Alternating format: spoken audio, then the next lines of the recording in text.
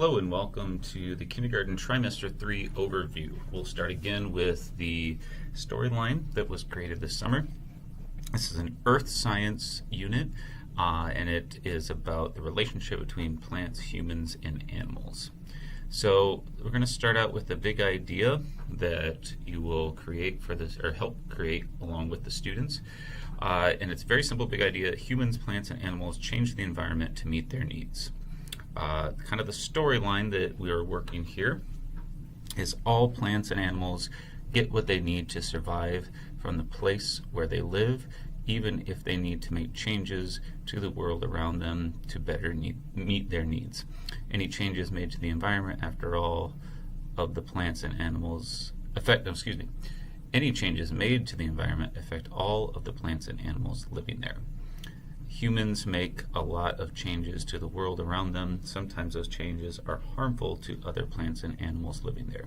Humans can try to do less harm while still meeting their own needs. So the basics of this unit is about how humans and plants and animals all have to live together in the same environment, and that human activity can be harmful and needs to think about the impact that they're having on the other organisms in the environment.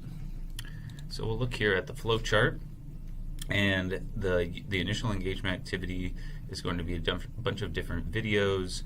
Some are going to show some negative impact that humans have had on their environment. Some is going to show some positive, or as far as like ways they can be resourceful. There's others going to highlight how plants have taken over some areas and kind of some natural things that animals have done. So after the students watch these videos, and you could set that up by getting a cart of iPads, or if you have Chromebooks, have them in small groups, or you could do this large group and just show the videos all while the kids are sitting down, whatever's more efficient for you. So they'll have their negotiation, they'll come up with ideas and questions, establish that big idea based off those observations. And then one of the questions that will most likely arise is, how do humans, plants, and animals affect each other? So you're going to do an activity about bees and what would happen if there were no bees, and how that would affect plants and how that would also affect humans. So you're going to collect some data, they'll have a negotiation, they'll make a claim about what would happen if we lost all the bees. They'll check with the experts, they'll have another little negotiation of what they learned after they checked with the experts, and they'll come back and revise their claim and then do a formative assessment. Then, what do humans, plants, and animals need to survive? So this kind of just gets into like basic needs that are required to survive, and how they're different between different organisms. So again, same procedure, go through kind of this learning cycle and add a little bit more here with this formative assessment.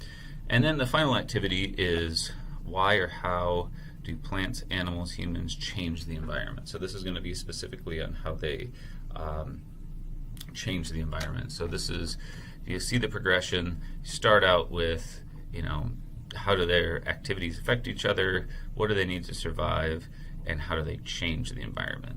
So again, you'll have an investigation, you'll go through this learning cycle, and you'll have multiple assessments for the students. Then the engineering challenge is going to be a forest challenge. So in this situation, you are going to have to develop a forest, and the students will make a model of this, but they have to be mindful of their impact on the environment. So they can't just come in and rip everything down and build a giant mall. They have to think about how could they still build the thing that they want to for their project, but at the same time be mindful of the other organisms in that environment. And then there'll be a writing after that.